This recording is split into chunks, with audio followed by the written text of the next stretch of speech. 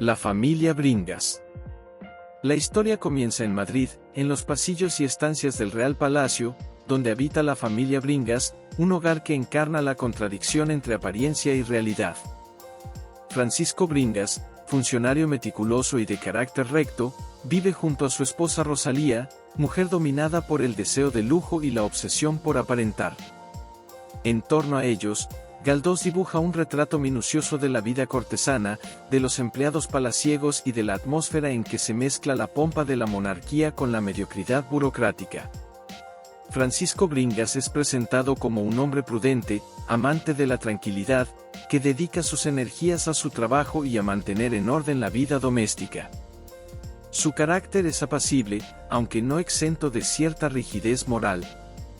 En contraste, Rosalía es un torbellino de caprichos, sueña con vestidos, joyas y recepciones donde pueda codearse con damas de mayor rango. Su mente se ocupa más en competir en elegancia que en las obligaciones familiares. Esta disparidad en el carácter de los cónyuges es el núcleo de la tensión que sostendrá toda la novela. La narración nos muestra cómo Rosalía, insatisfecha con sus limitaciones económicas, siente que el palacio, con sus salones y fiestas, la coloca siempre en un plano secundario frente a mujeres más ricas y mejor vestidas. Esa sensación de inferioridad alimenta su ambición. A pesar de los esfuerzos de su marido por contener los gastos, ella siempre busca excusas para mejorar su vestuario o adquirir algún adorno que le permita deslumbrar, aunque sea de manera momentánea. Junto a los Bringas aparece Doña Cándida, tía de Rosalía, una mujer que actúa como influencia peligrosa para la sobrina. Con su carácter hipócrita y calculador, Cándida alimenta las ansias de lujo de Rosalía, sugiriéndole recursos y atajos poco honestos para conseguir lo que desea. Ella representa la voz de la tentación, disfrazada de consejo familiar. En medio de esta dinámica doméstica se desarrolla la rutina del palacio. Galdós ofrece escenas detalladas de la vida de funcionarios, criados y cortesanos, mostrando un microcosmos en el que se refleja toda la sociedad madrileña de la época. El palacio no es solamente un escenario, sino un símbolo. Mientras sus muros acogen esplendores y ceremonias, en su interior también conviven la mezquindad, la envidia y la ambición de quienes lo habitan. Francisco Bringas, consciente de las inclinaciones de su esposa, intenta imponer orden y disciplina económica. Para él, vivir con decencia significa respetar el límite de sus ingresos y mantener la modestia como una virtud. Rosalía, en cambio, siente que esa modestia es un freno que la condena a la mediocridad. De ahí nacen discusiones sutiles, miradas tensas y silencios prolongados que revelan la fractura en el matrimonio. En este primer tramo, Galdós describe con ironía la psicología de Rosalía. Su obsesión con la apariencia la lleva a medir constantemente su valor en función de lo que otros opinan de su atuendo. La mujer parece vivir esclava del espejo y de las comparaciones sociales. A ojos de los demás, la familia Bringas aparenta orden y decoro, dentro de casa, en cambio, se percibe una lucha soterrada entre la austeridad del marido y la frivolidad de la esposa.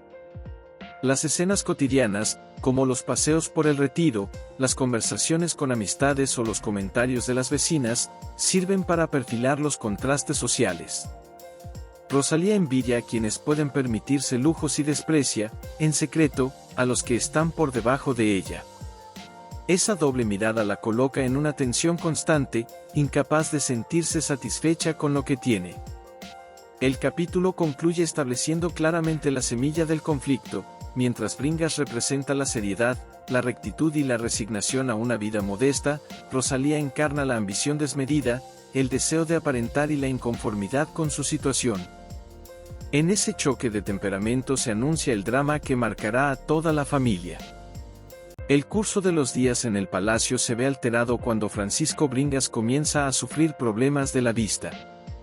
El trabajo minucioso y constante al que ha dedicado su vida termina pasándole factura, y pronto se encuentra casi ciego, incapacitado para leer, escribir o cumplir con normalidad sus tareas. Este acontecimiento marca un giro decisivo en la vida de la familia, pues si antes el orden económico dependía de su disciplina, ahora esa autoridad queda debilitada. Rosalía, en lugar de responder con la entrega y el sacrificio que la situación demandaba, percibe en la enfermedad del marido una oportunidad para soltarse de las riendas. Al verse menos controlada, comienza a fantasear con la posibilidad de satisfacer los caprichos que hasta entonces estaban reprimidos. La austeridad que Bringas imponía deja un hueco abierto por el cual se cuelan los consejos interesados de doña Cándida. La tía, siempre dispuesta a sembrar la discordia bajo la apariencia de buena voluntad, alimenta en Rosalía la idea de que no es justo renunciar a ciertos lujos. Le dice que la vida es corta, que la belleza y la juventud pasan, y que sería absurdo desperdiciarlas sin aprovechar las ocasiones de brillar. Sus palabras caen en terreno fértil, pues Rosalía ya se siente cansada de la modestia y ansiosa de destacarse en un mundo donde lo exterior parece definir el valor de cada persona. El palacio, con su constante bullicio, amplifica esas tentaciones. Las damas de la corte exhiben vestidos espléndidos, peinados elaborados y joyas costosas que Rosalía observa con una mezcla de fascinación y envidia. Cada recepción o reunión social se convierte en un suplicio, ella quiere igualarlas, teme quedar relegada y ridiculizada. El contraste entre su modestia y la ostentación de las otras mujeres la llena de una angustia íntima, que poco a poco se transforma en resentimiento hacia Bringas. Mientras tanto, Francisco, limitado por su ceguera, adopta una actitud de resignación. Confía en que Rosalía lo cuide, lo guíe y lo apoye en sus necesidades. Su dependencia crece, y con ello su vulnerabilidad. El lector percibe la ironía. Aquel hombre que representaba la autoridad y el orden ahora está sometido a la voluntad de una esposa cuyo carácter lo supera en ambición. Galdós subraya con agudeza la paradoja de un matrimonio en el que la fortaleza del marido se desmorona justo cuando más necesario sería su control. Rosalía, lejos de volcarse con ternura en la enfermedad del esposo, empieza a experimentar una sensación de libertad. Aunque en público mantiene el papel de mujer cuidadosa, en privado su mente se ocupa de imaginar vestidos, adornos y visitas a modistas. La presión de la sociedad, unida a su propia vanidad, la empuja a considerar caminos que hasta entonces le habrían parecido excesivos. En este capítulo, Galdós despliega con su habitual ironía la psicología femenina de Rosalía, mostrando cómo la debilidad moral puede camuflarse tras una máscara de respetabilidad. La mujer parece debatirse entre el deber conyugal y la seducción de los lujos, pero en realidad la balanza se inclina cada vez más hacia el lado de la ambición. El contraste con Bringas se intensifica. Mientras él se aferra a su fe religiosa y a la idea de que la vida debe vivirse con sobriedad, ella empieza a dar los primeros pasos hacia una senda de compromisos peligrosos. La enfermedad de su esposo funciona como metáfora, la ceguera física de Francisco refleja la ceguera moral de Rosalía, que no percibe el abismo hacia el que se dirige. El capítulo concluye mostrando a Rosalía en un estado de tensión creciente. Entre las palabras de doña Cándida, las apariencias que exige el entorno y la nueva libertad que le otorga la enfermedad de su esposo, se va tejiendo el entramado de decisiones que habrán de marcar su destino. Es el preludio de una caída que, como señala el narrador con tono crítico, no se debe únicamente a la frivolidad personal, sino también a un contexto social que valora más las apariencias que la honestidad. La enfermedad de Bringas y la creciente libertad de Rosalía pronto derivan en un cambio profundo dentro del hogar. Lo que al principio eran simples fantasías de moda y deseo de aparentar, se transforma en una práctica constante de gastos ocultos. Rosalía, alentada por doña Cándida y por la presión del ambiente cortesano, decide recurrir al crédito y a los préstamos, convencida de que podrá sostener sus caprichos sin que su marido llegue a notarlo. Al principio, la mecánica es simple: pequeños encargos a modistas, adornos discretos, algún tejido elegante. Pero la vanidad tiene la peculiaridad de ser insaciable. Lo que en un inicio parecía suficiente pronto se vuelve insignificante, y Rosalía siente la necesidad de subir de nivel. Su mirada se fija en joyas, mantillas finas, trajes confeccionados en París. Cada adquisición le da un instante de satisfacción, seguido de la inquietud de no poseer lo bastante para eclipsar a las demás damas del palacio. el crédito se convierte en la llave de su aparente prosperidad. Los comerciantes, ansiosos de agradar a clientas de la corte, ofrecen facilidades y halagos. Rosalía se siente poderosa al firmar letras y al comprometer un dinero que no tiene, convencida de que el futuro encontrará la manera de resolverlo. En su mente, la posibilidad de caer en la ruina se disfraza de algo lejano, improbable. La realidad inmediata es la de mostrarse radiante en un salón, de recibir elogios por su elegancia y de borrar cualquier sombra de inferioridad frente a las damas más encumbradas. Bringas, sumido en su ceguera casi total, apenas percibe el cambio. Rosalía se encarga de administrarle las medicinas, de leerle en voz alta y de mantener la apariencia de un cuidado ejemplar. Pero mientras en apariencia se presenta como esposa atenta, en el trasfondo se dedica a tejer una red de compromisos financieros que, poco a poco, la atrapan. Doña Cándida, siempre presente, funge de cómplice y consejera. Es ella quien le recomienda a ciertos prestamistas, quien le asegura que todo el mundo en la corte vive endeudado, que no hay vergüenza en deber dinero si se mantiene la fachada de elegancia. Rosalía, deseosa de justificar sus acciones, abraza esas ideas como verdades incuestionables. La sociedad cortesana, además, alimenta sus ansias. Los bailes, las tertulias, los paseos en el retiro, todos son escenarios donde la apariencia vale más que la honradez. En ellos, Rosalía descubre el placer de ser mirada, de escuchar comentarios en voz baja sobre lo bien que luce su vestido o sobre la finura de sus joyas. Ese instante de triunfo social compensa cualquier miedo que pudiera sentir respecto a las deudas. El contraste con Francisco Bringas es cada vez más marcado. Él, recluido en su ceguera y en su fe, se ha convertido en un hombre frágil, casi infantil en su dependencia. Rosalía lo percibe como un estorbo más que como un apoyo, y en su interior comienza a crecer cierto desprecio. La ironía del narrador muestra cómo el poder dentro del matrimonio se ha invertido, el funcionario ordenado y severo ahora es débil, mientras que la esposa frívola se convierte en la que maneja las riendas, aunque lo haga de forma irresponsable. Las deudas se acumulan sin que Rosalía lo advierta del todo. Una letra lleva a otra, un préstamo sirve para cubrir el anterior, y la telaraña financiera se va cerrando. El lector percibe claramente lo que la protagonista no quiere aceptar, que esa dinámica no puede sostenerse indefinidamente. Pero la ceguera de Rosalía es tan peligrosa como la de su esposo, él no ve por los ojos enfermos, ella no ve por la obsesión del lujo. Este capítulo expone, con ironía crítica, la corrupción moral de la sociedad madrileña del momento. La vida de Rosalía es reflejo de una época en que las apariencias sociales pesan más que la verdad íntima, y en que las deudas se vuelven parte de un mecanismo aceptado con tal de mantener el brillo exterior. Galdós, con su agudeza realista, no acusa de forma directa, sino que expone las conductas con detalle para que el lector saque sus conclusiones. El capítulo se cierra con la imagen de Rosalía luciendo un vestido espléndido en un salón palaciego, mientras Bringas permanece en la penumbra de su cuarto, ajeno al juego social. Ese contraste entre la luz de la apariencia y la oscuridad de la enfermedad y el engaño sintetiza la tragedia íntima que va tomando forma. La vida de Rosalía Bringas había alcanzado un punto de no retorno. El ansia de brillar en los salones de Madrid, de ser mirada y admirada, la había conducido a un entramado de compromisos financieros imposibles de controlar. Lo que en un principio parecía manejable, unas cuantas cuentas fiadas, promesas de pago diferidas, se transformó en un peso que la oprimía sin descanso. Las deudas crecían como una sombra implacable, y los prestamistas, al principio cordiales, se volvían cada vez más exigentes.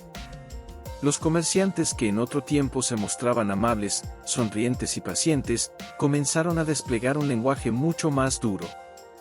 Rosalía, que se había acostumbrado a tratarlos como confidentes de su ambición, se vio enfrentada a miradas frías y palabras tajantes. Algunos llegaban incluso a presentarse en su casa, arriesgando la discreción que ella necesitaba para sostener la fachada de dignidad y decoro frente a su familia y conocidos. El temor a que Bringas descubriera la verdad aumentaba con cada día. Francisco Bringas, Absorto en sus deberes palaciegos y en su carácter meticuloso, no sospechaba la magnitud de la ruina doméstica que su esposa había provocado. Rosalía jugaba un doble papel, ante su marido, la de mujer respetuosa que soportaba con paciencia la austeridad de la economía familiar, que ante el mundo exterior, la dama que se vestía con lujo y competía con las señoras más distinguidas. Esta duplicidad la desgastaba. El personaje de Felipe Pez, político en ascenso y amigo de la familia, reapareció en la vida de Rosalía con un protagonismo renovado. En medio de su desesperación, ella comenzó a verle como una posible tabla de salvación. La atención galante que Pez le ofrecía, unida a sus promesas de apoyo, despertaba en Rosalía una mezcla de temor, vanidad y dependencia. Aunque todavía mantenía cierta resistencia moral, el cerco de sus deudas y la necesidad de encontrar un protector la empujaban hacia él. Mientras tanto, el matrimonio Bringas experimentaba un distanciamiento creciente. Francisco, celoso de su rol de guardián del orden, recelaba de los gastos de su mujer, sin poder precisar dónde se originaban.